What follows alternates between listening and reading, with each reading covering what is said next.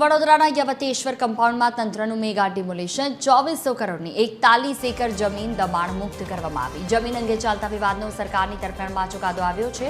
હાઈકોર્ટના આદેશ બાદ કલેક્ટરે બુલડોઝર ફેરવ્યું। શોરૂમ અને રિસોર્ટ સહિતના દબાણોનો સફાયો કરવામાં આવ્યો। યવતેશ્વર મંદિરની જમીન પરથી ગેરકાયદેસર બાંધકામ દૂર કરવામાં આવ્યા છે। આ પ્રિમાઇસમાં જેટલા પણ અનધિકૃત રેઝિડેન્શિયલ યુનિટ્સ છે એ અને જેટલા પણ વાણિજ્યિક યુનિટ્સ છે એ તમામને નોટિસ આપીને તેઓની ડિટેલ્ડ હિયરિંગ કન્ડક્ટ કરવામાં આવી હતી। આ હિયરિંગ દરમિયાન તેમના દ્વારા જેટલા પણ આધાર પુરાવા રજૂ કરવામાં આવ્યું હતું એનું અવલોકન કરીને આ કમિટીમાં નિર્ણય લેવામાં આવ્યું હતું અને ત્યારબાદ તારીખ 18ના રોજ આ ડેમોલિશનની કામગીરી શરૂ કરવામાં આવેલી હતી।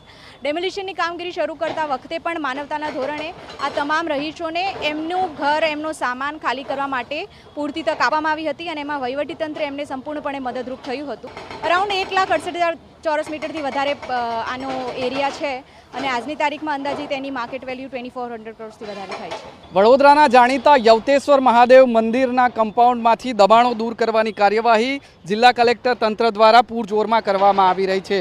છેલ્લા 2 દિવસથી આ કાર્યવાહી કરવામાં આવી રહી છે, જેમાં વર્ષોથી ચાલતા જમીનના વિવાદમાં હાઈકોર્ટ દ્વારા સરકારની તરફેણમાં આદેશ કરાતા કલેક્ટર તંત્ર દ્વારા અહીં બનેલા તમામ જે દબાણો છે એ પાકા દબાણોને દૂર કરવા માટેની કામગીરી કરવામાં આવી રહી છે। તમામ દબાણો પર જેસીબી બુલડોઝર ફેરવવામાં આવી રહ્યા છે।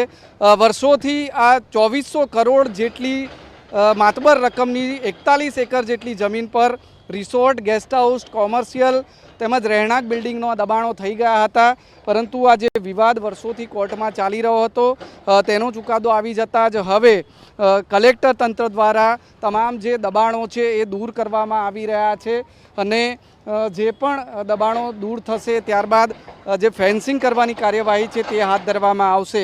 શ્રાવણ માસ શરૂ થતાં પહેલાં યવતેશ્વર મહાદેવ મંદિરની આસપાસના તમામ દબાણો દૂર થઈ જવાની સાથે જ ભક્તોને એક મોટી રાહત પણ મળી છે। કેમેરામેન જિગ્નેશ સોલંકી સાથે અમિત ઠાકોર, TV13 વડોદરા।